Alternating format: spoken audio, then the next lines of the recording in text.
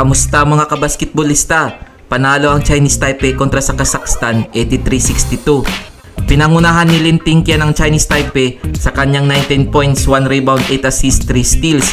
Para naman sa Kazakhstan, Robert Pan 23 points, 7 rebounds, 4 assists, 1 block. Tinalo naman ng Saudi Arabia ang Hong Kong 95-72. Nagtala ng 21 points, 7 rebounds, 1 assist, 1 steal si Muhammad Suwailim ng Saudi Arabia. Habang may tig 15 points sina Kai Shaikin at Liang Jiashan ng Hong Kong. Kung umabot ka dito sa video na to, mag-like na at subscribe. Tinambakan naman ng Gilas Pilipinas ang Qatar 80-41. John Marfardo humakot ng 12 points, 3 rebounds, 1 steal, 1 block para sa Gilas Pilipinas. Seje Perez 12 points, 4 rebounds, 3 assists, 3 steals, 1 block.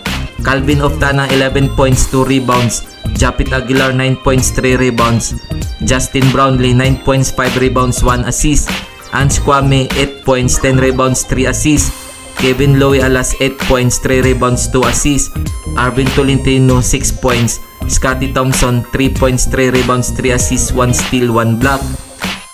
Chris Newsome 2 points, 4 rebounds, 6 assists, 2 steals. Para naman sa natalong Qatar, Nedim Muslik 12 points, 7 rebounds, 2 assists, 3 steals. Tinalo naman ng South Korea ang Bahrain 88-73. Nagtala ng 16 points, 2 rebounds, 1 steal, 1 block si Haeyeon Ki ng South Korea. Para naman sa natalong Bahrain, Dwayne Chesem 20 points, 15 rebounds. Heto naman ang team standings as of October 2, 2023.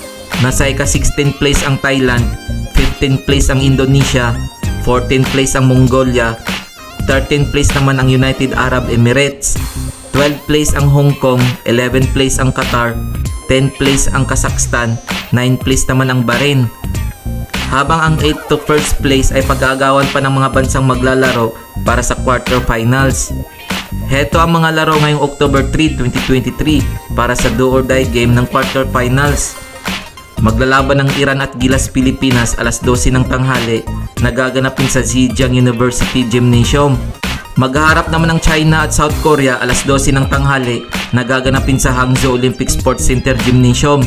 Kakalabanin naman ng Jordan ng Saudi Arabia alas 4 ng hapon na gaganapin sa Zhejiang University Gymnasium. Magtutuos naman ang Japan at Chinese Taipei alas 8 ng gabi na gaganapin sa Zhejiang University Gymnasium. Kung nagustuhan mo ang video na to, mag-like na at subscribe.